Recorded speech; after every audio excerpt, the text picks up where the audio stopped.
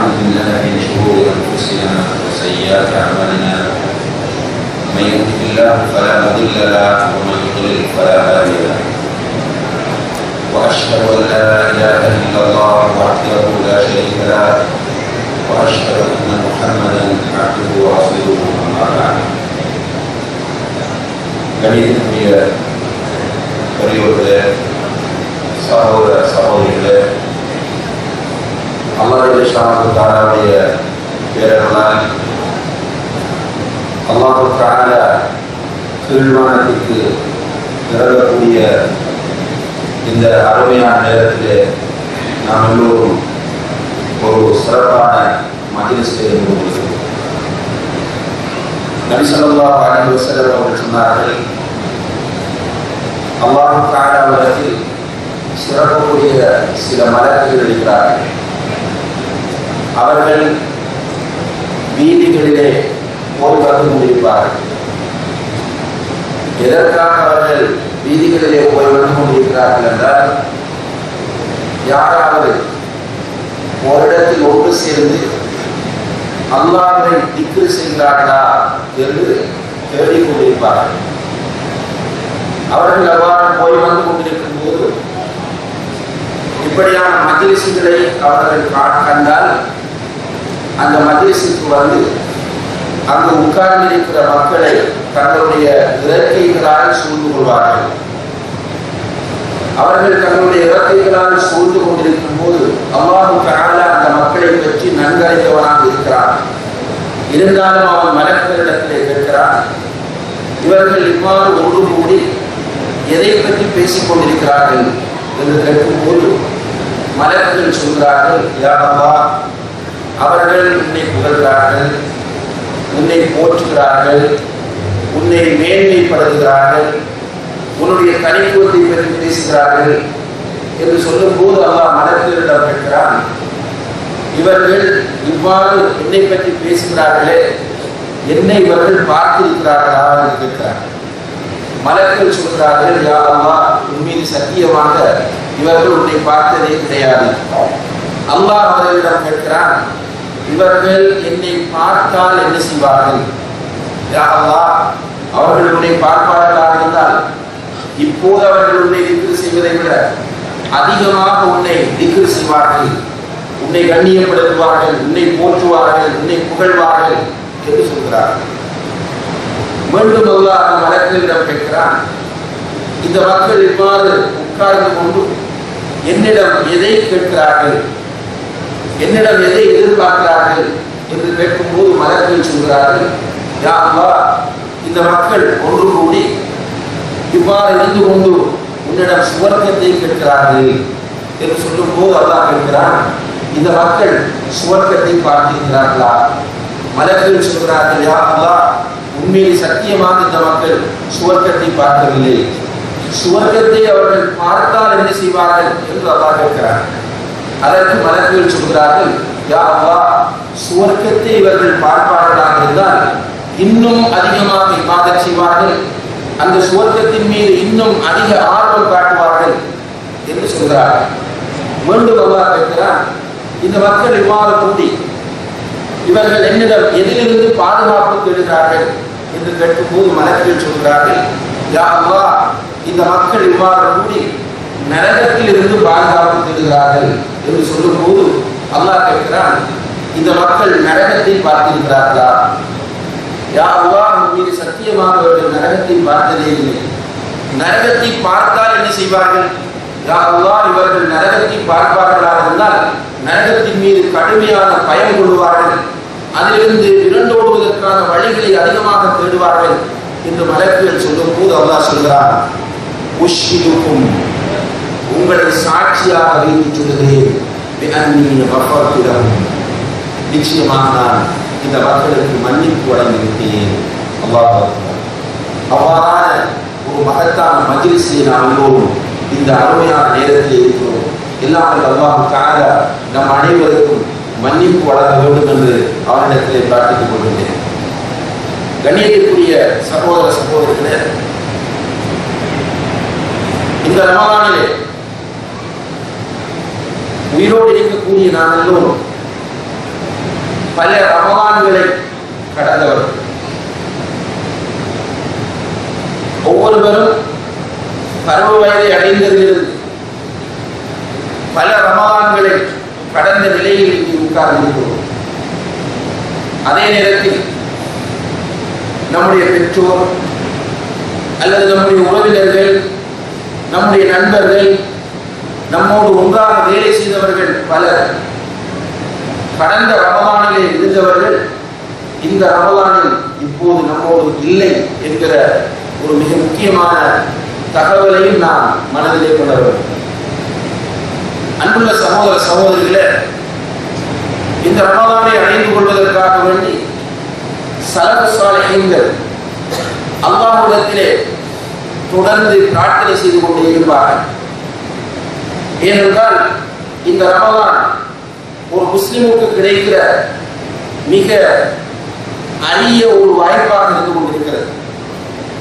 ஏனென்றால் இந்த உலகத்திலே வாழக்கூடிய ஒவ்வொரு முஸ்லிமுடைய லட்சியமும் இலக்கும் அவன் மௌத்தாகும் போது நல்ல முறையிலே மௌத்தாக வேண்டும்.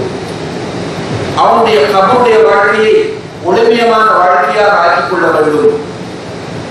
மஹ்ஷரிலே அல்லாஹ்வுடைய அர்ஷின் கீழ் அவன் நிழலை பெற வேண்டும். சிராத் என்ற பாலத்தை அவன் வேகமாக கடந்து செல்ல வேண்டும். சுவர்க்கத்தை அடைந்து கொள்ள வேண்டும் என்பதுதான் இந்த உலகத்திலே உண்மையான ஒரு முஸ்லிமுடைய நோக்கமாகவும் இலட்சியமாகவும் இருந்து கொண்டிருக்கிறது. இந்த நோக்கத்தையும் இலட்சியத்தையும் அல்லாஹ் யாருக்கு கொடுக்கிறான் என்றால் இறையச்சம் உள்ளவர்களுக்கு தான் கொடுக்கிறார். அல்லாஹ் அல் குர்ஆனில் பல இடங்களிலே சொல்கிறார், வல் ஆகிபத்து லில் முத்தகீன், இன்னல் ஆகிபத்து லில் முத்தகீன், நிச்சயமாக நல்ல முடிவு என்பது தக்வா உள்ளவர்களுக்கு தான் இருக்கிறது. வல் ஆகிபத்து லித் தக்வா, இறுதி முடிவு என்பது தக்வாவுக்கு தான் இருக்கிறது என்று அல் குர்ஆனில் பல இடங்களிலே அல்லாஹ் தஆலா சொல்றார். இந்த தக்வாவை பெற்றுக் கொள்வதற்கான ஒரு அரிய வாய்ப்பு தான் இந்த ரமலான். இந்த ரமலானிலே ஒரு மனிதன் தன்னுடைய தக்வாவை வளர்த்துக் கொள்வதற்கு தேவையான எல்லா வாய்ப்புகளும் இருக்கின்றன. அன்புள்ள சகோதர சகோதரிகளே, பல ரமலான்களை கடந்து வந்திருக்கிறனா, குறிப்பாக சென்ற வருடத்து ரமலானை அடைந்து அதை கழித்து பெருநாள் கொண்டாடிவிட்டு இந்த ரமலானை அடைந்திருக்கிறனா, அந்த தக்வாவை அடைந்து கொண்டோமா என்கிற ஒரு பிரதானமான கேள்வியை நம்மிடத்தில் நாம் கேட்க கடமைப்பட்டிருக்கிறோம். அல்லாஹ் தஆலா சூரத்துல் பக்ரா 183வது வசனத்தில் சொல்லும்போது, யா அய்யுஹல்லதீன ஆமனு குதிப அலைக்குமுஸ் ஸியாம் கமா குதிப அலல்லதீன மின் கப்லிக்கும் லஅல்லக்கும் தத்தகூன், ஈமான் கொண்டவர்களே, உங்களுக்கு முன்னால் இருந்தவர்கள் மீது நோன்பு விதியாக்கப்பட்டது போன்று உங்கள் மீது நோன்பு விதியாக்கப்பட்டிருக்கிறது. வெறுமனே பசியோடும் தாகத்தோடும் இருப்பதற்காக வேண்டி அல்ல, அல்லது வயது நிறைய சகரை செய்து நோன்பு திறக்கிற நேரத்தில் விதவிதமான உணவுகளோடு நோன்பை திறந்து மகிழ்ச்சியாக பெருநாளை கொண்டாடுவதற்காக வேண்டி அல்ல, மாறாக உங்கள் மீது ஏன் நோன்பு கடமையாக்கப்பட்டுள்ளது என்றால் லஅல்லக்கும் தத்தகூன், உங்களிடத்தில் தக்வா என்ற அந்த உயரிய பண்பு வளர வேண்டும் என்பதற்காக வேண்டித்தான் நோன்பு உங்கள் மீது கடமையாக்கப்பட்டுள்ளது என்று அல்லாஹ் தஆலா சொல்கிறார். இந்த தக்வா என்கிற பண்பை கடந்த ரமலான்களிலே நாம் பெற்றிருக்கிறோமா? நம்முடைய வாழ்க்கையில் அந்த ரமலான் தக்வா என்கிற பண்பு செல்வாக்கு செலுத்துகிறதா? நம்முடைய வாழ்க்கையை மாற்றி அமைத்திருக்கிறதா என்கிற ஒரு பிரதானமான கேள்வியை இந்த அருமையான சந்தர்ப்பத்திலே அல்லாஹ் தஆலா கீழ்வானத்திற்கு இறங்கி இருக்கக்கூடிய இந்த அருமையான நேரத்திலே நாம் ஒவ்வொருவரும் நம்மிடத்திலே கேட்டு பார்க்க கடமைப்பட்டிருக்கிறோம். கண்ணியத்திற்குரிய சகோதர சகோதரிகளே, தக்வா என்பது தாடியிலோ, தக்வா என்பது தலைப்பாகையிலோ, தக்வா என்பது உடையிலோ இல்லை என்பதை ரசூல் ஸல்லல்லாஹு அலைஹி வஸல்லம் அவர்கள் சொல்லும்போது அத்தக்வா ஹாஹுனா, அத்தக்வா ஹாஹுனா, அத்தக்வா ஹாஹுனா, தக்வா என்பது இங்கே வர வேண்டும், இங்கே வர வேண்டும், இங்கே வர வேண்டும் என்று தன்னுடைய நெஞ்சை 3 தடவைகள் சுட்டிக்காட்டி ரசூல் ஸல்லல்லாஹு அலைஹி வஸல்லம் அவர்கள் சொன்னார்கள். உள்ளத்தில் ஏற்பட வேண்டிய ஒரு மகத்தான மாற்றம் தான் தக்வா என்பது. கண்ணியத்திற்குரிய சகோதர சகோதரிகளே, இந்த தக்வா உள்ள மக்கள், உள்ளத்திலே இறையச்சத்தை சுமக்கக்கூடிய மக்கள், அவர்களுடைய வாழ்க்கையில் பல மாற்ற வசனங்களை காண்பார்கள். இவற்றை அல் குர்ஆன் நமக்கு பல இடங்களிலே பட்டியலிடுகிறது. உதாரணமாக அல்லாஹ் தஆலா சூரத் ஆல இம்ரான் 3வது அத்தியாயத்தின் 133, 134, 135 வசனங்களிலே சொல்லும்போது வஸாரிஉ இலா மக்ஃபிரத்தின் மின் ரப்பிக்கும் வ ஜன்னத்தின் அர்துஹா ஸ்-ஸமாவாத்து வல் அர்த், அல்லாஹ்வுடைய மன்னிப்பின்பால் வானங்களையும் பூமியையும் விட விசாலமான சுவர்க்கத்தின்பால் நீங்கள் விரைந்து செல்லுங்கள், விரைந்து வாருங்கள். அல்லாஹ்வுடைய மன்னிப்பின்பாலும் வானங்களையும் பூமியையும் விட விசாலமான சுவர்க்கத்தின்பால் நீங்கள் விரைந்து வாருங்கள். உஇத்தத் லில் முத்தகீன், அந்த சுவர்க்கம் தக்வா உள்ளவர்களுக்கு தயார் செய்யப்பட்டுள்ளது என்று அல்லாஹ் சொல்கிறார். சொல்லிவிட்டு அந்த தக்வா உள்ளவர்களை பற்றி சொல்லும்போது அல்லதீன யுன்ஃபிகூன ஃபிஸ்-ஸர்ராஇ வத்-தர்ரா, அவர்கள் சந்தோஷமாக இருக்கும்போது கஷ்டத்தோடு இருக்கும்போது அல்லாஹ்வுடைய பாதையில் செலவு செய்ய வேண்டும் என்று வந்தால் செலவு செய்வார்கள். சந்தோஷமான நிலையிலும் கஷ்டமான நிலையிலும் அல்லாஹ்வுடைய பாதையில் அல்லாஹ்வுடைய தீனை வளர்ப்பதற்காக, அல்லாஹ்வுடைய தீனை பாதுகாப்பதற்காக, இந்த உலகத்தை வளப்படுத்துவதற்காக செலவு செய்ய வேண்டும் என்று வந்தால் செலவு செய்வார்கள். இரண்டாவதாக வல் காலிமீனல் கைத், அவர்கள் கோபத்தை விழுங்கி விடுவார்கள். மனிதன் என்கிற அடிப்படையில் அவர்களிடத்தில் கோபம் வரும். அந்த கோபத்தை உடனடியாக வெளிப்படுத்தி பழிதீர்க்கிறவர்களாக, கோபத்தை காட்டி சமுதாயத்திலே ஃபித்னாக்களை உண்டு பண்ணுகிறவர்களாக இருக்காமல் அந்த கோபத்தை அவர்கள் விழுங்கி விடுவார்கள். வல்லதீன இதா ஃபஅலு வல் ஆஃபீன அனின் நாஸ், மூன்றாவதாக அல்லாஹ் சொல்கிறான் வல் ஆஃபீன அனின் நாஸ், அடுத்த மனிதர்கள் இவனை போன்ற பலவீனமானவர்கள் தான், அடுத்த மனிதர்கள் இவனை போன்ற பலவீனமானவர்கள் தான். இவனிடத்தில் இருக்கிற பலவீனமான பண்புகள் அடுத்த மனிதர்களிடம் இருக்கும். அப்படி அடுத்த மனிதர்கள் அந்த பலவீனத்தின் அடிப்படையிலே தப்புகள் தவறுகள் செய்யும் போது அதை பெரிதுபடுத்தி அதை ஒரு சிக்கலுக்குரிய விஷயமாக ஆக்காமல் மனிதர்களை மன்னிக்கக்கூடியவனாக இருப்பான். நான்காவதாக அல்லாஹ் சொல்கிறான் வல்லதீன இதா ஃபஅலு ஃபாஹிஷத்தன், அவர்கள் ஒரு அசிங்கமான பாவத்தை செய்துவிட்டால், ஒழுக்க சீர்கேட்டோடு தொடர்பான ஒரு பாவத்தை செய்துவிட்டால், அவ் வலமு அன்ஃபுஸஹும், அல்லது தங்களுக்கு தாங்களே அநீதி இழைத்துக் கொண்டால், அல்லாஹ்வுடைய ஹக்கிலே பாவங்களை செய்து அல்லாஹ்வுடைய கடமைகளை நிறைவேற்றாமல் அல்லாஹ் தடுத்தவைகளை செய்து தங்களுக்கு தாங்களே அநீதி இழைத்துக் கொண்டால் உடனடியாக தக்கருல்லாஹ், அவர்கள் அல்லாஹ்வை நினைப்பார்கள். நான் மாற செய்திருப்பது, நான் செய்திருப்பது சின்ன ஒரு பாவமாக இருந்தாலும் நான் மாற செய்திருப்பது என்னுடைய ரப்புக்கு என்று அல்லாஹ்வை நினைத்து ஃபஸ்தக்ஃபரு லிதுனூபிஹிம், தங்களுடைய ரப்பிடம் பாவங்களுக்காக வேண்டி மன்னிப்பு கேட்பார்கள் என்று அல்லாஹ் தஆலா தக்வா உள்ளவர்களுடைய சில பண்புகளை இந்த 3 வசனங்களிலும் சொல்கிறார். அன்புள்ள சகோதர சகோதரிகளே, இந்த பண்புகள் நம்முடைய வாழ்க்கையில் இருக்கின்றனவா? இது முழு பண்பும் கிடையாது. தக்வா உள்ள ஒரு மனிதனுக்குரிய முழு பண்புகளுமே கிடையாது. ஒரு சாம்பிள் இது. அல்லாஹ் தஆலா ஒரு எடுத்துக்காட்டாக சில பண்புகளை இங்கே குறிப்பிடுகிறார். நிறைய பண்புகள் இருக்கின்றன. இந்த அல்லாஹ் குறிப்பிடக்கூடிய இந்த குறைந்த இந்த 4 பண்புகள் நம்மிடம் இருக்கிறதா? அல்லாஹ்வுக்காக கேட்டால் அல்லாஹ்வுக்காக செலவு செய்யக்கூடிய அந்த தன்மை நம்மிடம் இருக்கிறதா? உண்மையிலே இருக்கிறதா? அல்லாஹ் தஆலா லன் தனாலுல் பிர்ர ஹத்தா துன்ஃபிகு மிம்மா துஹிப்பூன், நீங்கள் விரும்பி வைத்திருப்பதை அல்லாஹ்வுடைய பாதையில் செலவு செய்யாத வரையில் நீங்கள் நன்மையை பெற்றுக்கொள்ளவே முடியாது என்ற குர்ஆன் வசனத்தை இறக்கிய போது பைருஹா என்ற தோட்டத்தை மிக விருப்பத்தோடு வைத்திருந்த அபூ தல்ஹா ரலியல்லாஹு அன்ஹு அல்லாஹ்வுடைய தூதரிடம் வந்து யா ரசூலல்லாஹ், எனக்கு மிகவும் பிடித்த விருப்பமான பிரியத்திற்குரிய தோட்டம் இது, நீங்களும் அடிக்கடி வந்து உட்கார்ந்து ஓய்வெடுக்கிற ஒரு தோட்டம் இது, இருந்தாலும் அல்லாஹ் அதை செலவு செய்யாதவரை நன்மையை நீங்கள் பெற்றுக்கொள்ளவே முடியாது என்று சொல்கிறான். எனவே யா ரசூலல்லாஹ், என்னுடைய பைருஹா என்ற தோட்டத்தை அல்லாஹ்வுக்காக தருகிறேன் என்று அல்லாஹ்வுக்காக தர்மம் செய்யக்கூடிய நிலை நம்மிடத்திலே இருக்கிறதா என்று நாம் கேட்டு பார்க்க வேண்டும். அதே போன்று வல் காமிமினல் கைத், கோபத்தை விழுங்கக்கூடிய நிலை. கோபம் வரும். நாம் பலவீனமான மனிதர்கள். அல்லாஹ் நம்மை பற்றி சொல்லும் போது வஹுலிகல் இன்சானு தஈஃபா, மனிதன் பலவீனமானவனாக படைக்கப்பட்டுள்ளார் என்று சொல்றார். இந்த பலவீனமாக படைக்கப்பட்ட நம்மிடம் கோபம் வரும். இந்த கோபத்தை விழுங்கி விடுகிறோமா? யாரெல்லாம் கோபப்படும் போது அந்த கோபத்தை வெளிப்படுத்தி அந்த இடத்திலே அதை நிலைநாட்ட முடியுமான சக்தி பெற்றவராக இருந்த போதிலும் அவர் அந்த கோபத்தை விழுங்கி விடுகிறாரோ அவரை மறுமையிலே எழுப்பி அல்லாஹ் தஆலா இந்த ஹூருல் ஈன்களில் இந்த கண்ணடைகளில் உனக்கு விருப்பமானவரை தேர்வு செய்து கொள் என்று அல்லாஹ் தஆலா சொல்லக்கூடிய அந்த பண்பு நம்மிடம் இருக்கிறதா? அல்லாஹ் ரசூல் ஸல்லல்லாஹு அலைஹி வஸல்லம் அவர்களை பற்றி சொல்லும்போது ரசூல் ஸல்லல்லாஹு அலைஹி வஸல்லம் அவர்கள் தனக்காக வேண்டி எந்த ஒரு சந்தர்ப்பத்திலும் கோபப்பட்டது கிடையாது என்று அன்னை ஆயிஷா ரலியல்லாஹு அன்ஹா அவர்களும் ஏனைய நபித்தோழர்களும் சொல்கிறார்கள். தனக்காக வேண்டி ஒரு காலம் அவர்கள் கோபப்பட்டது கிடையாது. ஆனால் அல்லாஹ்வுடைய மார்க்க சட்டங்கள் மீறப்படும் போது, அல்லாஹ்வுடைய ஹுர்மாத்துகள் வெளிப்படுத்தப்படும் போது கோபப்பட்டிருக்கிறார்கள். ஆனால் தனக்காக கோபப்பட்டது கிடையாது. ஆனால் இன்று நம்முடைய நிலைமை என்னவென்று கேட்டால், அல்லாஹ்வுடைய சட்டங்கள் எப்படி வெளிப்படுத்தப்பட்டாலும் அது நமக்கு பிரச்சனை இல்லை.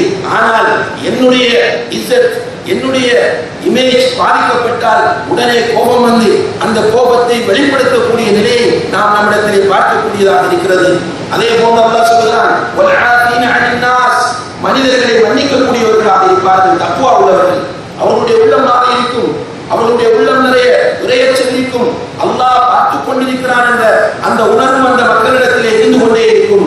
எனவே யாராவது அவர்களுக்கு அநியாயம் இழைத்துவிட்டு மன்னிப்பு கேட்டால் உடனடியாக மன்னிப்பார்கள்.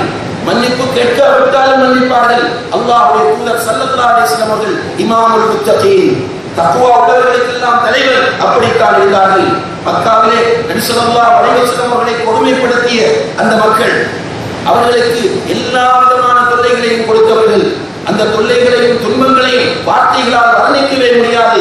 அந்த அளவுக்கு அல்லாஹ்வுடைய தூதரை உயர்த்தி வைத்துவிட்டு கீழே போட்டு மிதித்தவர்கள், அவர்களை சூனியக்காரன், பைத்தியக்காரன், கிறுக்கன் என்று சொன்னவர்கள், முகத்திலே காரி உணர்ந்தவர்கள், அவர்களுடைய கன்னத்திலே செருப்பால் அடித்தவர்கள், அவர்களுடைய கழுத்தை நெரித்தவர்கள், அவர்கள் சுஜூது செய்து கொண்டிருக்கும் போது தலையிலே அழகிய ஒட்டகத்தின் குடல்களை கொண்டு போய் போட்டவர்கள், ரசூல் ஸல்லல்லாஹு அலைஹி வஸல்லம் அவருடைய கண்முன்னாலே சுமையா ரலியல்லாஹு அன்ஹா அவர்கள் அவரை ஏற்றுக்கொண்டார் என்ற ஒரே காரணத்திற்காக படுகொலை செய்தவர்கள், அவருடைய கணவன் யாசிரை படுகொலை செய்தவர்கள், அம்மா ரலியல்லாஹு அன்ஹா அவர்களை கடுமையான துன்பங்களுக்கு உண்டாக்கியவர்கள், ரலியல்லாஹு அவர்களை சுடுமணலிலே கட்டி போட்டவர்கள், அப்பா ரலியல்லாஹு அவர்களை நெருப்புக்கு மேலே கட்டி தூக்கியவர்கள், குபை ரலியல்லாஹு அவர்களை கழுமரத்திலே ஏற்றியவர்கள், கடைசியிலே அல்லாஹ்வுடைய தூதரையும் மக்காவில் இருந்து விரட்டியவர்கள்.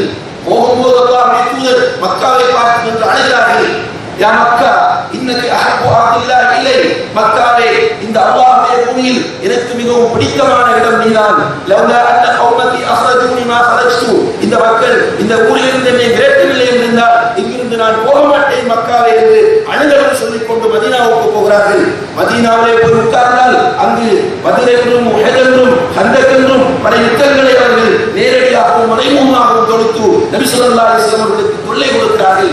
இப்படியான மக்களை ஹிஜ்ரி 8ஆம் ஆண்டு அல்லாஹ்வுடைய தூதர் ஸல்லல்லாஹு அலைஹி வஸல்லம் அவர்கள் வெற்றி கொண்டு மக்காவிலே எல்லோரையும் அரஸ்ட் பண்ணி வைத்திருக்கிறார்கள். அவர்களை பார்த்து கேட்கிறார்கள், மா ததுன்னூன அன்னி ஃபாஇலுன் பிக்கும், என்ன செய்வேன் என்று நீங்கள் நினைக்கிறீர்கள் என்று கேட்டபோது அந்த மக்கள் சொன்னார்கள், அஹும் கரீம் வஅஹும் கரீம், நீங்கள் ஒரு கண்ணியமான சகோதரன், கண்ணியமான சகோதரன் மகன், இதை தவிர எங்களுக்கு வார்த்தைகள் இல்லை என்று சொன்னார்கள். அப்போது அல்லாஹ்வுடைய தூதருடைய பெருந்தன்மையை பாருங்கள், வல் ஆஃபீன அனின் நாஸ், பழிவாங்குவதற்கு மிகவும் தகுதியான மக்கள் அவர்கள். பழிவாங்குவதாக இருந்தால் உண்மையிலே பழிவாங்கப்பட வேண்டிய கூட்டம் அவர்கள். அவர்களை பார்த்து சொன்னார்கள், இத்ஹபு அன்தும் துலகா, செல்லுங்கள், உங்கள் அனைவரையும் நான் மன்னித்து விட்டேன் என்று சொன்னார்கள். இப்படியான அந்த உயரிய பண்பு தக்வாவில் வெளிப்பாட்டால் அவர்களிடம் வந்தது. சுமாமா ரலியல்லாஹு அன்ஹு அவர்களுடைய வரலாறு உங்களுக்கு தெரியும். யமாமாவிலே இருந்து கொண்டு முஸ்லிம்களுக்கு கடுமையான தொல்லைகள் கொடுத்தவர், முஸ்லிம்களை படுகொலை செய்தவர், முஸ்லிம்களுடைய வியாபாரத்தில் கை வைத்தவர். இப்படியானவரை சஹாபாக்கள் பிடித்து வந்து மஸ்ஜித் நபவியிலே கைதியாக வைத்திருக்கும் போது அல்லாஹ்வுடைய தூதர் போய் கேட்கிறார்கள், சுமாமாவை என்று சொல்கிறாய்? சுமாமா சொல்கிறார், யா முஹம்மத் இன் தக்துல்னி தக்துல் தாதபின், நீங்கள் என்னை கொல்வதாக இருந்தால் நான் கொலை செய்யப்பட வேண்டிய ஒருவன். வ இன் துன்இம் அலா ஷாக்கிர், நீங்கள் என்னை மன்னித்து விட்டால் நன்றியோடு நடப்பேன் என்று மன்னிப்பு கேட்கிறார். ஸல்லல்லாஹு அலைஹி வஸல்லம் அவர்கள் 3 தடவைகள் இப்படி வந்து கேட்டார்கள். 3 தடவையும் அப்படியே சொன்னார். அல்லாஹ்வுடைய தூதர் ஸல்லல்லாஹு அலைஹி வஸல்லம் அவர்கள் சொன்னார்கள், சுமாமாவை விடுங்கள், போகட்டும் என்றார்கள். ஒரு கொலைகாரர், சஹாபாக்களில் நிறைய பேரை கொலை செய்தவர், சஹாபாக்களுடைய வியாபாரத்திற்கு தொல்லை கொடுத்தவர், இப்படி நான் ஒருவர் மன்னிப்பு கேட்கும் போது அல்லாஹ்வுடைய தூதர் மன்னிக்க முடிந்தது என்றால் அதற்கு காரணம் அவர்களிடம் இருந்த தக்வா, அவர்களுடைய இறையச்சம் தான். சகோதர சகோதரிகளே, இதை நாம் சரியான இடத்திலே புரிந்து கொள்ள கடமைப்பட்டிருக்கிறோம். ஸல்லல்லாஹு அலைஹி வஸல்லம் அவர்கள் அவரை விடுங்கள், போகட்டும் என்றதும் இந்த தக்வாவோடு விடுத்தார்கள். எனவே அந்த மனிதர் யமாமாவுக்கு செல்லாமல் பக்கத்திலே உள்ள கிணற்றிலே பிடித்து விட்டு வந்து அல்லாஹ்வுடைய தூதரை கையை நீட்டுங்கள் என்று ரசூல் ஸல்லல்லாஹு அலைஹி வஸல்லம் அவருடைய கையிலே பைஅத் செய்து கொண்டு விட்டு சொல்கிறார், யா ரசூலல்லாஹ், இந்த உலகத்திலே இதுவரைக்கும் எனக்கு பிடிக்காத ஒரு மனிதர் என்றால் அது நீங்களாகத்தான் இருந்தீர்கள். ஆனால் இப்போது என்னுடைய உள்ளங்களில் இருக்கிற ஒரு மனிதர் என்றால் அது நீங்கள் தான் அல்லாஹ்வுடைய தூதர் என்று சொல்லக்கூடிய ஒரு நிலைக்கு அவரை மாற்றியது அல்லாஹ்வுடைய தூதரிடத்தில் காணப்பட்ட அல் ஆஃபீன் அனின் நாஸ் என்கிற பண்பு. ஆனால் இன்றைக்கு பல நோன்புகளை நோற்ற, பல ரமலான்களை சந்தித்த, பல ரமலான்களை கடந்து வந்த நம்மிடத்திலே இந்த பண்பு இருக்கிறதா என்பதை இந்த இடத்திலே நாம் கேட்டு பார்க்க வேண்டும். அப்படி இந்த பண்பு நம்மிடத்திலே வரவில்லை என்றால் நிச்சயமாக தக்குவா சரியான முறையில் இன்னும் உள்ளத்தில் பதியவில்லை என்பதுதான் அர்த்தமாகும். அதே போல அல்லாஹ் தஆலா சொல்கிறான், வல்லதீன இதா ஃபஅலு ஃபாஹிஷத்தன், அவர்கள் ஒரு அசிங்கமான பாவத்தை செய்துவிட்டால், மனிதர்கள் தவறு செய்யக்கூடியவர்கள் பலவீனத்தின் அடிப்படையில் தவறு செய்வார்கள். ஆனால் மூமின்கள் தக்குவா உள்ளவர்கள் இருக்கிறார்களே, இறையச்சம் உள்ளவர்கள் தவறு செய்யாமல் இருக்க மாட்டார்கள். அவர்களிடமும் தவறு வரும், அவர்களிடமும் பாவம் வரும். ஆனால் அந்த பாவத்தை அவர்கள் செய்துவிட்டால் அவர்களுடைய உள்ளத்திலே உடனே அல்லாஹ்வுக்குமாக செய்துவிட்டேன், அல்லாஹ் என்னை பார்த்துக் கொண்டிருக்கிறான், நாளை அல்லாஹ்வுக்கு முன்னால் நான் போய் நிற்க வேண்டும் என்கிற பயம் அவர்களுடைய உள்ளத்தை வந்து ஆக்கிரமித்துக் கொள்ளும் தக்குவா இருக்கிற காரணத்தினால். எனவே ஃபஸ்தக்ஃபரு லிதுனூபிஹிம், அவர்கள் தங்களுடைய பாவத்திற்காக வேண்டி அல்லாஹ்விடத்திலே பாவ மன்னிப்பு கேட்பார்கள். கண்ணியத்திற்குரிய சகோதர சகோதரிகளே, ரசூல் ஸல்லல்லாஹு அலைஹி வஸல்லம் அவர்கள் முன்பின் பாவங்கள் மன்னிக்கப்பட்டவர்கள். சுவர்க்கத்தில், அதாவது இறுதி உம்மத்தானவர்கள் இருந்தாலும், இறுதி தூதரானவர்கள் இருந்தாலும், முதலாவது சுவர்க்கத்தில் நுழையக்கூடியவர்கள் அவர்கள். மஹ்ஷரிலே அல்லாஹ் தஆலா அவர்களுக்கு பல சிறப்புகளை வைத்திருக்கிறார். இப்படியான அல்லாஹ்வுடைய தூதர் ஸல்லல்லாஹு அலைஹி வஸல்லம் அவர்கள் சொல்கிறார்கள், யா அய்யுஹன் நாஸ் தூபு இலல்லாஹி வஸ்தக்ஃபிரு, ஓ மனிதர்களே, அல்லாஹ்விடத்திலே நீங்கள் திரும்பி அவனிடத்திலே பாவ மன்னிப்பு தேடுங்கள். ஃபஇன்னி அதூபு இலல்லாஹி ஃபில் யௌமி 100 மர்ரா, நான் ஒரு நாளைக்கு அல்லாஹ்விடத்திலே 100 தடவைகள் பாவ மன்னிப்பு தேடுகிறேன் என்று பொதுவாக சொல்கிறார்கள். ஆனால் சில சஹாபாக்கள் சொல்கிறார்கள், இப்னு உமர் ரலியல்லாஹு அன்ஹு போன்றவர்கள், நான் ரசூல் ஸல்லல்லாஹு அலைஹி வஸல்லம் அவர்களுடைய மஜ்லிஸிலே உட்கார்ந்திருந்தேன். நபி ஸல்லல்லாஹு அலைஹி வஸல்லம் அவர்கள் நிறைய பேசிக்கொண்டு மஜ்லிஸிலே உட்கார மாட்டார்கள், சொற்ப நேரம் உட்காருவார்கள். அப்படி அவர்கள் மஜ்லிஸிலே உட்கார்ந்திருக்கிற போது நானும் அந்த மஜ்லிஸிலே இருந்தேன். அவர்கள் உட்கார்ந்து பேசிக் கொண்டிருக்கும் போதும் கேட்டுக் கொண்டிருக்கும் போதும் 100 தடவைகளுக்கு மேல் அஸ்தக்ஃபிருல்லாஹ் அல்லதி லா இலாஹ இல்லா ஹுவல் ஹய்யுல் கய்யூம் வ அதூபு இலைஹி என்று சொல்லிக் கொண்டிருப்பதை நான் கேட்டேன் என்று இப்னு உமர் ரலியல்லாஹு அன்ஹு போன்ற சஹாபாக்கள் சொல்கிறார்கள். இப்படி ரசூல் ஸல்லல்லாஹு அலைஹி வஸல்லம் அவர்கள் அதிகமாக தௌபா செய்யக்கூடியவர்களாக இருந்தார்கள், இஸ்திக்ஃபார் செய்யக்கூடியவர்களாக இருந்தார்கள். அவர்களுடைய வாசனையிலே வளர்க்கப்பட்டு சுவர்க்கத்தை கொண்டு நன்மாராயம் கூறப்பட்ட சஹாபாக்கள் அல்லாஹ்விடத்திலே பொதுவாகவும் குறிப்பாகவும் பாவ மன்னிப்பு தேடக்கூடியவர்களாக இருந்தார்கள். ஒரு தவறை, ஒரு அசிங்கமான பாவத்தை செய்துவிட்டால் அவர்களால் நிம்மதியாக தூங்க முடியாத நிலைக்கு அவர்கள் உள்ளாகி இருக்கிறார்கள் என்பதை பல வரலாற்று சம்பவங்கள் நமக்கு சொல்லிக் கொண்டிருக்கின்றன. குறிப்பாக மாயிஸ் இப்னு மாலிக் ரலியல்லாஹு அன்ஹு ரசூல் ஸல்லல்லாஹு அலைஹி வஸல்லம் அவர்களிடத்திலே வருகிறார். ரசூல் ஸல்லல்லாஹு அலைஹி வஸல்லம் அவர்கள் மஜ்லிஸிலே உட்கார்ந்து இருக்கிறார்கள், கூட நபித்தோழர்களும் இருக்கிறார்கள். வந்த மாயிஸ் இப்னு மாலிக் ரலியல்லாஹு அன்ஹு ரசூல் ஸல்லல்லாஹு அலைஹி வஸல்லம் அவர்களிடத்தில் சத்தமிட்டுக் கொண்டு வருகிறார், யா ரசூலல்லாஹ், நான் அழிந்து விட்டேன், என்னை பரிசுத்தப்படுத்துங்கள் என்று வருகிறார். ரசூல் ஸல்லல்லாஹு அலைஹி வஸல்லம் அவர்கள் உடனடியாக அவருடைய மானத்தை மறைக்கும் நோக்கத்திலே, இதை இங்கே நாம் கவனிக்க கடமைப்பட்டிருக்கிறோம், அவருடைய மானத்தை மறைக்கும் நோக்கிலே ரசூல் ஸல்லல்லாஹு அலைஹி வஸல்லம் அவர்கள் கேட்கிறார்கள், இவருக்கு இந்த பைத்தியமா என்று கேட்டார்கள். சஹாபாக்கள் சொன்னார்கள், இல்லையா ரசூலல்லாஹ், இவருக்கு பைத்தியம் கிடையாது. அப்போது ரசூல் ஸல்லல்லாஹு அலைஹி வஸல்லம் அவர்களிடத்தில் அவர் தடுமாறிக் கொண்டிருக்கிறார், கத்துகிறார், யா ரசூலல்லாஹ், என்னை பரிசுத்தப்படுத்துங்கள் என்கிறார். மீண்டும் அவருடைய மானத்தை மறைக்கும் நோக்கத்தில் ரசூல் ஸல்லல்லாஹு அலைஹி வஸல்லம் அவர்கள் சொல்கிறார்கள், இவர் மதுபானம் அருந்தி இருக்கிறாரா என்று பாருங்கள் என்று. சஹாபாக்கள் அவருடைய வாய் வைத்து நுகர்ந்து பார்க்கிறார்கள். நுகர்ந்து பார்த்துவிட்டு சொன்னார்கள், யா ரசூலல்லாஹ், இவர் மதுபானம் அருந்தவில்லை. மீண்டும் ரசூல் ஸல்லல்லாஹு அலைஹி வஸல்லம் அவர்கள் அவருடைய மானத்தை பாதுகாப்பதற்காக சொல்கிறார்கள், நீ அந்த பெண்ணோடு தனிமையில் இருந்திருப்பாய், போய் அல்லாஹ் அந்த தௌபா செய்கிறார்கள். அந்த மனிதர் சொன்னார், இல்லையா ரசூலல்லாஹ், நான் அழிந்து விட்டேன், என்னை பரிசுத்தப்படுத்துங்கள், என்னுடைய ரப்புக்கு முன்னால் நான் போய் இருக்க வேண்டும், உங்களுக்கு முன்னால் இழிவுபடுவதோ இந்த மக்களுக்கு முன்னால் நான் அவமானப்படுவதோ எனக்கு ஒரு முக்கியமான பிரச்சனை கிடையாது. ஏனென்றால் நான் என்னுடைய ரப்புக்கு முன்னால் 50,000 வருடங்கள் மஹ்ஷரிலே இருக்க வேண்டியிருக்கிறது. எனவே அந்த இடத்திலே இழிவடையை நான் பயப்படுகிறேன், என்னை பரிசுத்த பரிசுத்தப்படுத்துங்கள் என்கிறார். ஸல்லல்லாஹு அலைஹி வஸல்லம் சொல்கிறார்கள், நீ அந்த பெண்ணை முத்தமிட்டிருப்பாய், போய் அல்லாஹ்விடம் தௌபா செய் என்கிறார்கள். அந்த மனிதர் சொன்னார், இல்லையா ரசூலல்லாஹ், என்னை பரிசுத்தப்படுத்துங்கள், நான் விபச்சாரம் செய்து விட்டேன் என்று சொன்ன பிறகு ரசூல் ஸல்லல்லாஹு அலைஹி வஸல்லம் அவர்கள் அவரை கல்லால் அறைந்து கொலை செய்யுங்கள் என்கிறார்கள். முதலாவதாக நிறைவேற்றப்படுகிற மரண தண்டனையில் விபச்சாரம், திருமணம் முடித்து விபச்சாரம் செய்த காரணத்தினால் கல்லால் அறைந்து கொலை செய்யுங்கள் என்று சொல்லும் போது சஹாபாக்கள் அவரை கல்லால் அறைகிறார்கள். கட்டி வைக்கவில்லை, புலியை தோண்டி அதை நாட்டி வைக்கவில்லை, சும்மா நிறுத்தி கல்லால் அறைகிறார்கள். இந்த மனிதர் ஓடுகிறார். ஓட ஓட மக்கள் கல்லால் அறைகிறார்கள். கொஞ்சம் வேகமாக ஓடுகிறார். ஓடும்போது இடையே ஒரு நபித்தோழர் அவரை மடக்கி பிடித்து விட்டார். அப்போது எல்லோரும் அவரை கல்லால் அறைந்து கொலை செய்து விட்டார்கள்.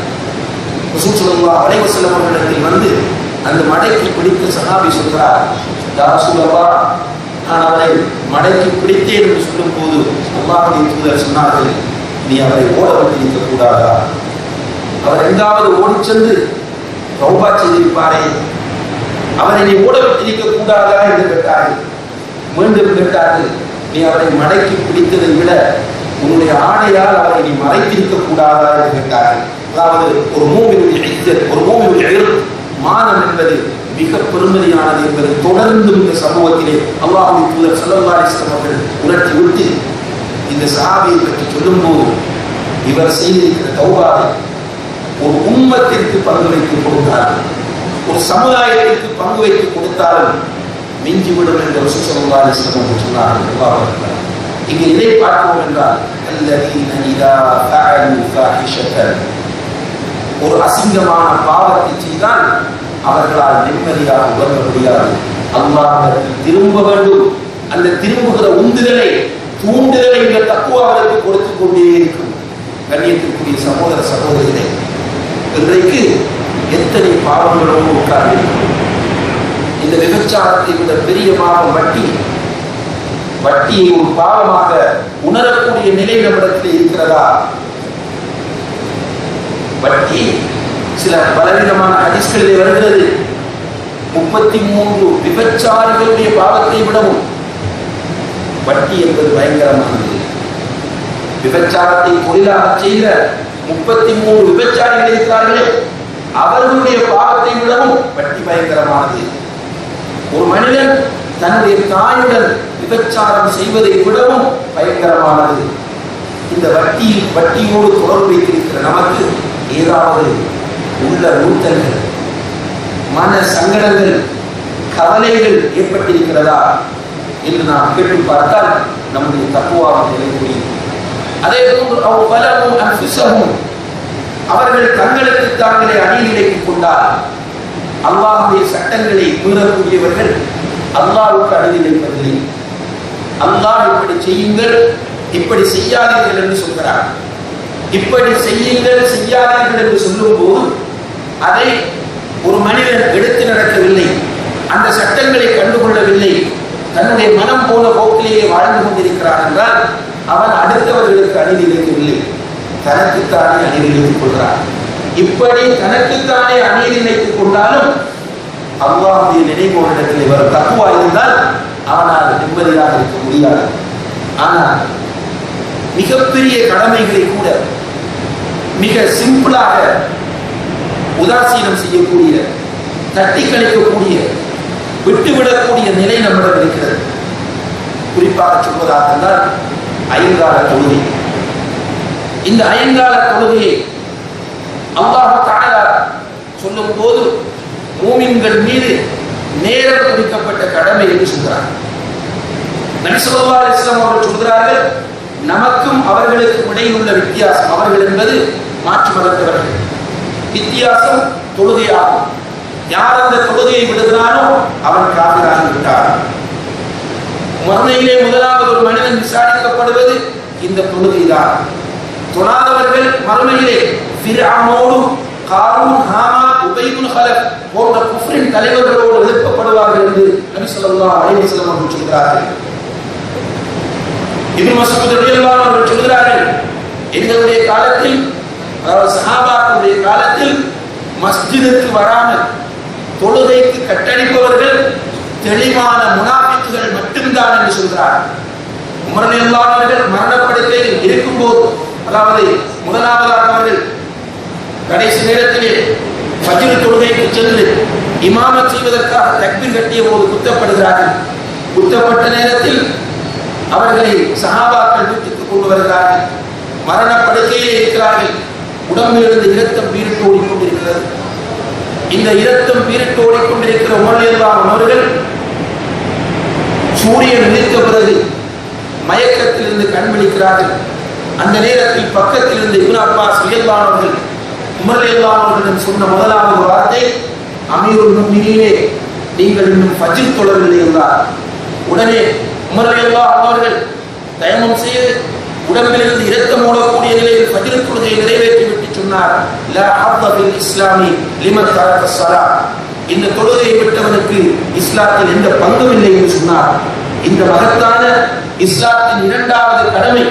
இந்த விஷயத்தில் நம்முடைய நிலைப்பாடு என்ன சகோதர சகோதரிகளே?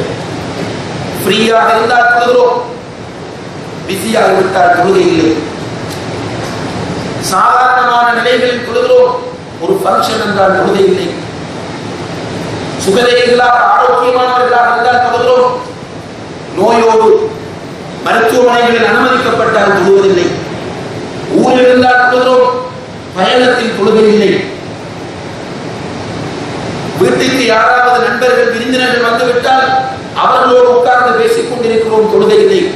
இது எல்லாவற்றையும் விட கவலை என்னவென்றால், நம்முடைய ஊர்களிலே நாம் பார்க்கலாம், மார்க்க பயான்கள் நடக்கும் மகரிப் தொழுகைக்கு பிறகு மார்க்க பயான் தலைப்பே சில நேரங்களில் தொழுகையின் முக்கியத்துவம் என்பதாக இருக்கும். வீதிகளிலே என்று கேட்டுக் கொண்டிருப்பார்கள். உரையாற்றுகிறவர்கள், நிகழ்ச்சி ஏற்பாட்டாளர்கள் அறிவிப்பார்கள், இன்ஷா அல்லாஹ் உரையின் பின்னர் இஷா தொழுகை நிறைவேற்றப்படும் என்று பேசுவார்கள். அங்கே வந்திருக்கிற மக்களை பார்த்தால் எல்லோருமே முஸ்லிம்கள், எல்லோரும் ஆண்கள் நின்று கொண்டிருப்பார்கள். நாம் கவலைப்பட்டுக் கொண்டிருப்போம், இந்த மஸ்ஜித் இவர்கள் தொழுவதற்கு போதுமா என்று. ஆனால் நிகழ்ச்சி நிறைவில் அறிவிப்பார்கள், பள்ளிவாசலிலே ஜமாத் தொழுகை நடைபெறும், எல்லோரும் கலந்து கொள்ளுங்கள் என்று. ஆனால் பெரும்பாலான மக்கள் தொழாமல் அப்படியே போகக்கூடிய காட்சியை நாம் பார்க்கிறோம். இதில் பெரும்பாலானவர்கள் விதிவிலக்கற்றவர்கள், ரெகுலராக தொழக்கூடியவர்கள் என்று சொல்கிறவர்களும் ஃபஜ்ர் தொழுகை இல்லாத பலர் இருந்து கொண்டிருக்கிறோம். அல்லது வேலை செய்யக்கூடிய இடங்களில் வேலைப்பளு அதிகமாகிவிட்டால், புகர் தொழுகை தவறிவிட்டால் அதற்கு பிறகு அந்த தொழிலை பற்றி கவலைப்படாதவர்கள் நிறைய பேர் இருந்து கொண்டிருக்கிறோம். அன்புள்ள சகோதர சகோதரிகளே, இதுதான் நம்முடைய தக்வாவின் லட்சணம், இதுதான் நம்முடைய தக்வாவின் அடையாளம். இந்த தொழுகையை விடக்கூடிய நம்மிடத்திலே சில நேரங்களில் நம்மை அறியாமல் உண்மையிலேயே தொழுகை தவறி போனால் கூட கவலைப்பட வேண்டும், அதற்காக வருத்தப்பட வேண்டும். சலஃபு சாலிஹீன்கள், தக்வாவோடு இருந்த மனிதர்கள் சில நேரங்களிலே அவர்களுக்கு இரவு தொழுகை தவறி போய்விட்டதென்றால் அந்த தொழுகையை பகலிலே தொழுவார்கள் என்பதை நாம் ஹதீஸ்களிலே அகல்களிலே பார்க்கக்கூடியதாக இருக்கிறது. எனவே இது உதாரணத்திற்கு சொன்னேன். அல்லாஹ்வுடைய சட்டங்கள் மீறப்பட்டு நமக்கு நாமே அநீதிழைத்துக் கொண்டாலும் தக்வா உள்ள மக்கள் அவர்களால் பொறுத்துக் கொள்ள முடியாது, அவர்களுடைய மனம் அமைதி அடையாது, சாந்தி அடையாது. அதே போல ஜக்காத்தை எடுத்து பாருங்கள். ஜக்காத்தை எத்தனை வருடங்கள் சரியான முறையில் கணக்கு பார்த்து கொடுத்திருக்கிறோம். ரமதானிலே நோன்பு நோக்கிறோம், ரமதானிலே குர்ஆன் ஓதுகிறோம், ரமதானிலே என்ன பிற அமல்களை செய்கிறோம். இப்படி செய்யக்கூடிய நாம் ஜக்காத்தை சரியான முறையிலே கணக்கு பார்த்து எத்தனை பேர் கொடுக்கிறோம் என்று அவர்களிடம் கேட்டு பார்த்தால் அவர்களுடைய தக்வாவின் லட்சணம் புரியும். எனவே அன்புள்ள சகோதர சகோதரிகளே, இப்படி ஒட்டுமொத்தமாக நம்மை நாம் கேட்டு பார்க்கிற போது தக்வாவிலே மிக பலவீனமான நிலையிலே நாம் இருந்து கொண்டிருக்கிறோம். ஆன்மீக வறுமை என்று சொல்லக்கூடிய இந்த தக்வா இல்லாத நிலையிலே இருக்கும் போதுதான் அல்லாஹ் தஆலா நம்முடைய ரூஹ்களை, நம்முடைய உயிர்களை ஷஅபானிலே எடுத்து விடாமல் இந்த ரமலான் வரைக்கும் விட்டு வைத்திருக்கிறார். அன்புள்ள சகோதர சகோதரிகளே, இந்த ரமலானுக்கு பிறகு நாம் உயிரோடு இருப்போமா இல்லையா என்பது நம்மில் யாருக்குமே தெரியாது. இந்த ரமலான் சப்போஸ் நம்முடைய இறுதி ரமலானாக இருந்து விட்டால் சிந்தித்து பாருங்கள், நம்முடைய நிலை என்ன? ரசூல் ஸல்லல்லாஹு அலைஹி வஸல்லம் அவர்கள் ஒரு நாள் மிம்பருக்கு ஏறுகிற போது 3 தடவைகள் வளமைக்கு மாற்றமாக ஆமீன் சொன்னார்கள். அந்த நேரத்திலே சஹாபாக்கள் கேட்கிறார்கள், அல்லாஹ்வுடைய தூதரே, வித்தியாசமான ஒன்றை செய்தீர்கள், என்ன காரணம் என்று கேட்கும் போது ரசூல் ஸல்லல்லாஹு அலைஹி வஸல்லம் அவர்கள் சொன்னார்கள், நான் மிம்பருக்கு ஏறுகிற போது ஜிப்ரீல் அலைஹிஸ்ஸலாம் அவர்கள் வந்தார்கள். வந்து அவர் 3 பிரார்த்தனைகள் செய்தார். அதற்கு நான் ஆமீன் சொன்னேன். அதிலே ஒன்று, யார் ஒருவர் ரமலான் மாதத்தை அடைந்து கொண்டு பாவங்கள் மன்னிக்கப்படாத நிலையில் ரமலான் அவரை கடந்து விடுமாக இருந்தால் அவருக்கு அழிவுதான், அவருக்கு நாசம்தான், அவருக்கு அல்லாஹ்வுடைய சாபம்தான் என்று அவர் பிரார்த்தனை செய்தார். அதற்கு நான் ஆமீன் சொன்னேன் என்று ரசூல் ஸல்லல்லாஹு அலைஹி வஸல்லம் அவர்கள் சொல்கிறார்கள். பிரார்த்தித்தவர் மலக்குகளின் தலைவர், ஆமீன் சொன்னவர் நபிமார்களின் தலைவர். என்ன பிரார்த்தனை? ரமலான் மாதத்தை அடைந்து அந்த மாதத்தில் பாவங்கள் மன்னிக்கப்படாத நிலையில் ரமலான் அவரை கடந்து விடுமாக இருந்தால் அவருக்கு அழிவு, அவருக்கு நாசம், அவருக்கு சாபம். கண்ணியத்திற்குரிய சகோதர சகோதரிகளே, ரமலானுடைய அரைவாசியை கடந்து விட்டோம். பாவங்கள் மன்னிக்கப்படக்கூடிய நிலைக்கு வந்திருக்கிறோமா? சிந்தித்து பார்க்க வேண்டும். இந்த ரமலான் முடிகிற தருவாயில் அல்லாஹ் நம்முடைய உயிரை எடுத்தால் ரய்யான் என்ற வாசலினூடாக சுவர்க்கத்தில் நுழையக்கூடிய நிலையில் நாம் இருந்து கொண்டிருக்கிறோமா? நாம் சிந்திக்க வேண்டும். இதுவரை கால ரமலான்களை கடந்து வந்திருக்கிற நாம் நம்முடைய வாழ்க்கையில் மாற்றங்களை சந்திக்காமல் இருக்கிற நாம் எப்படி பொருளாதாரத்திற்கு அடிமைப்பட்டிருக்கிறோமோ, எப்படி ஜாகிலியத்துகளில் வாழ்ந்து கொண்டிருக்கிறோமோ, எப்படி இந்த உலகம்தான் எல்லாம் என்று நினைத்து வாழ்ந்து கொண்டிருக்கிறோமோ, இந்த உலகத்திற்காக அல்லாஹ்வுடைய சட்டங்களையும் விட்டுக் கொடுப்பேன் என்கிற நிலையில் இருந்து கொண்டிருக்கிறோமோ, இதே நிலையில் நம்முடைய ரூஹ் சென்று விட்டால், இதே நிலையில் நாம் மௌத்தாகிவிட்டால், இதே நிலையில் மலக்குல் மௌத் அலைஹிஸ்ஸலாம் அவர்கள் நம்முடைய தலைமாட்டிலே வந்து உட்கார்ந்தால் நம்முடைய உயிரை எப்படி பிரிப்பார் என்பதை சிந்தித்து பாருங்கள். யா ரூஹத் தய்யிபா உக்ருஜி இலா மக்ஃபிரத்தின் மினல்லாஹ் வ ரிதுவான். நல்ல ஆத்மாவே, அல்லாஹ்வுடைய மன்னிப்பின்பாலும் அவருடைய திருப்பொருத்தத்தின்பாலும் வெளியே வா என்று அழைப்பாரா? யா ரூஹல் ஹபீஸா உக்ருஜி இலா சஹத்தின் மினல்லாஹ் வ அதாப். கெட்ட ஆத்மாவே, அல்லாஹ்வுடைய கோபத்தின்பாலும் அவருடைய தண்டனையின்பாலும் வெளியே வா என்று அழைப்பாரா என்பதை நாம் சிந்தித்து பார்க்க வேண்டும். நம்முடைய ஒவ்வொருவருடைய உயிரும் இலகுவாக பிரிக்கப்பட வேண்டும். சகோதர சகோதரிகளே, இந்த உலகத்தில் கொஞ்ச காலம் தான் வாழப்போகிறோம். 60-70 வருடங்கள் தான் இந்த உலகத்தில் வாழப்போகிறோம். ஆனால் உலகம் அழியும் வரைக்கும் கபரிலே வாழ வேண்டியிருக்கிறது. அதற்கு பிறகு மஹ்ஷரிலே 50,000 வருடங்கள் இருக்க வேண்டியிருக்கிறது. அந்த நீண்ட வாழ்க்கைக்கு நம்மை நாம் தயார்படுத்த வேண்டும். அதனால் தான் அபூ ஹுரைரா ரலியல்லாஹு அன்ஹு அவர்கள் மரணப்படுக்கையிலே இருக்கிறார்கள். கடுமையாக அழுகிறார்கள், தேம்பி தேம்பி அழுகிறார்கள். தோழர்கள் வந்து உட்கார்ந்து இருக்கிறார்கள், பார்க்கிறார்கள் ஆச்சரியமாக, ஏன் அபூ ஹுரைரா இப்படி அழுது கொண்டிருக்கிறார்? அப்போது அபூ ஹுரைரா ரலியல்லாஹு அன்ஹு அவர்கள் சொன்னார்கள், தோழர்களே, இந்த உலகத்தின் மீது உள்ள ஆசை நான் அளவில்லை, புரிந்து கொள்ளுங்கள். இந்த உலகத்தில் இன்னும் வாழ வேண்டும் என்ற கவலையோடு நான் அளவில்லை. நான் அழுவதெல்லாம் தூல சஃபரி, என்னுடைய நீண்ட பயணத்தை நினைத்து அழுகிறேன். வகில்லத ஜாதி, என்னுடைய கட்டுச்சாதம், என்னுடைய பொருள் கம்மியாக இருக்கிறது என்பதை நினைத்து அழுகிறேன் என்று சொன்னார். அன்புள்ள சகோதர சகோதரிகளே, ஏன் சுவர்க்கத்தை கொண்டு நன்மாராயம் கூறப்பட்ட ரசூல் ஸல்லல்லாஹு அலைஹி வஸல்லம் அவர்களால் ஷஹீத் என்று சான்று பகரப்பட்ட ரசூல் ஸல்லல்லாஹு அலைஹி வஸல்லம் அவர்களுடைய உம்மத்திலே அவர்களுக்கு அடுத்த நிலையில் அபூபக்கர், அதற்கு அடுத்த நிலையில் உமர் என்று இருக்கக்கூடிய இந்த உமர் இப்னு கத்தாப் ரலியல்லாஹு அன்ஹு மரணப்படுக்கையிலே இருக்கிறார்கள். குத்தப்பட்டு குற்றுயிராக கிடக்கிறார்கள். அவர்களுடைய உடம்பில் முதுகிலே 6க்கும் மேற்பட்ட குத்துக்காயங்கள், 2 பக்கமும் கூறுள்ள ஒரு ஆயுதத்தினால் அபூ லுலுஆ என்பவன் நஞ்சு ஊட்டி குத்தி இருக்கிறான். மரணப்படுக்கையிலே கடும் வேதனை அனுபவித்துக் கொண்டிருக்கிறார்கள். அவருடைய மரண அந்த வேதனையை பார்த்த மகன் இப்னு உமர் ரலியல்லாஹு அவர்கள் தன்னுடைய மடியிலே உமர் ரலியல்லாஹு அவர்களை வளர்த்துகிறார். அதை பார்த்த அந்த நிலையில் உமர் ரலியல்லாஹு அவர்கள் சொல்கிறார்கள், மகனே, மடியிலிருந்து நிலத்திலே என்னுடைய தலையை போடு என்று சொல்கிறார்.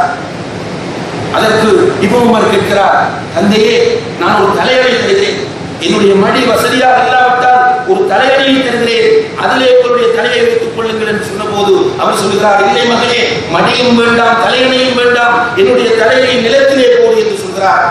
ஏன் தந்தையே என்று கேட்கும் போது, வைலி வவைல உம்மி இல்லம் யர்ஹம்னி ரப்பி, எனக்கும் என்னுடைய தாய்க்கும் கேடுதான், எனக்கும் என்னுடைய தாய்க்கும் அழிவுதான், என்னுடைய ரப் எனக்கு அன்பு காட்டவில்லை என்றால் இந்த போலத்தில் நான் நிலத்திலே கிடந்து ஒருவரை பார்த்து என்னுடைய எனக்கு அன்பு காட்டட்டும் என்று நான் ஆசைப்படுகிறேன் என்று அந்த நேரத்திலே அவர் ஆசைப்படுகிறார்.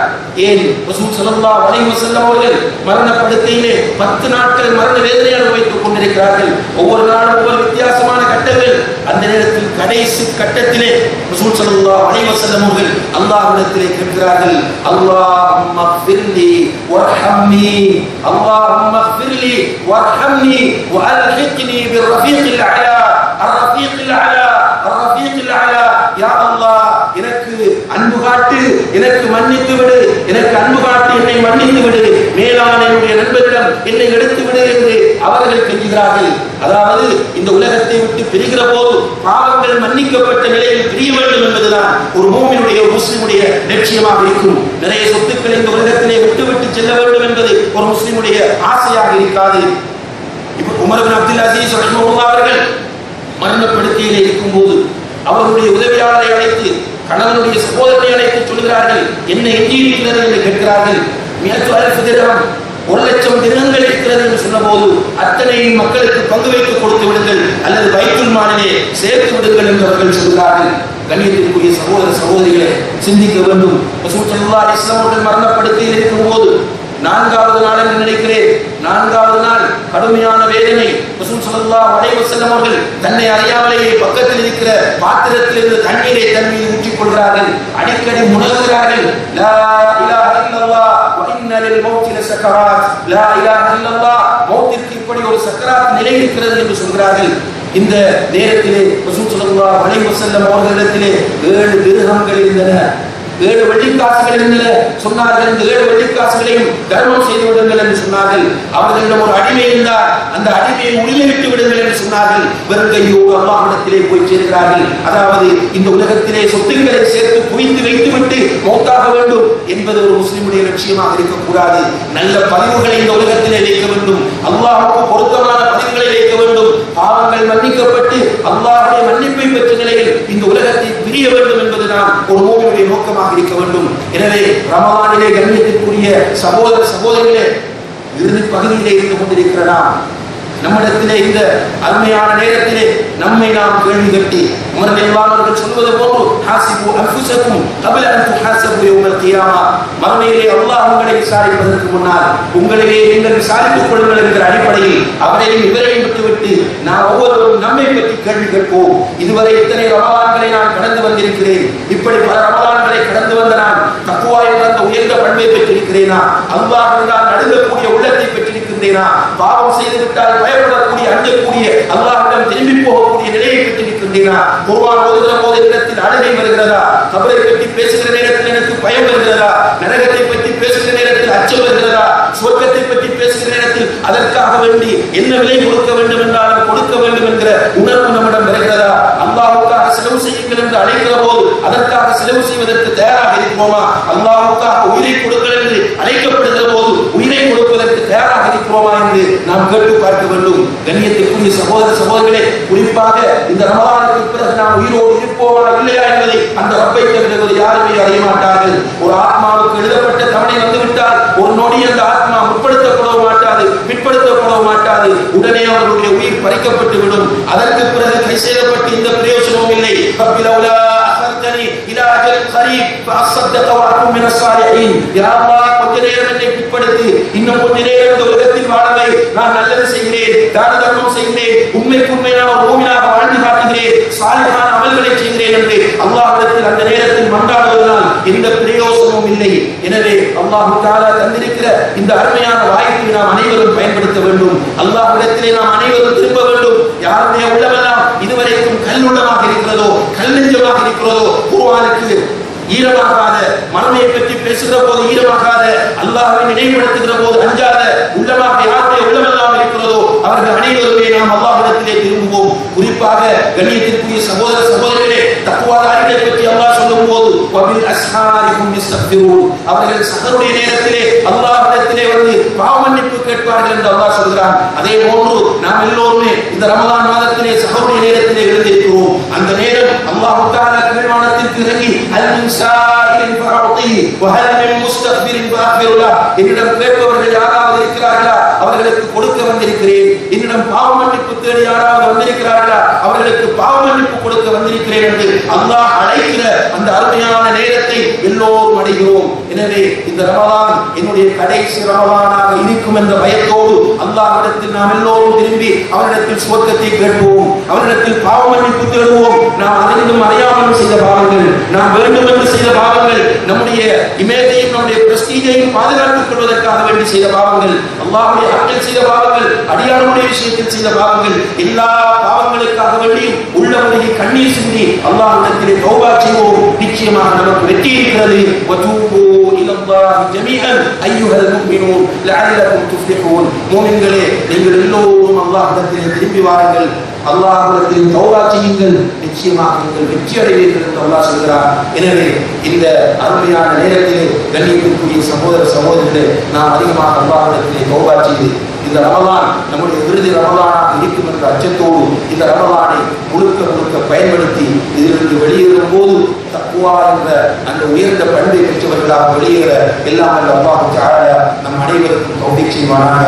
வஆஹிரு தஅவானா அல்ஹம்துலில்லாஹி ரப்பில் ஆலமீன். வஸ்ஸலாமு அலைக்கும் வரஹ்மத்துல்லாஹி வபரகாத்துஹு.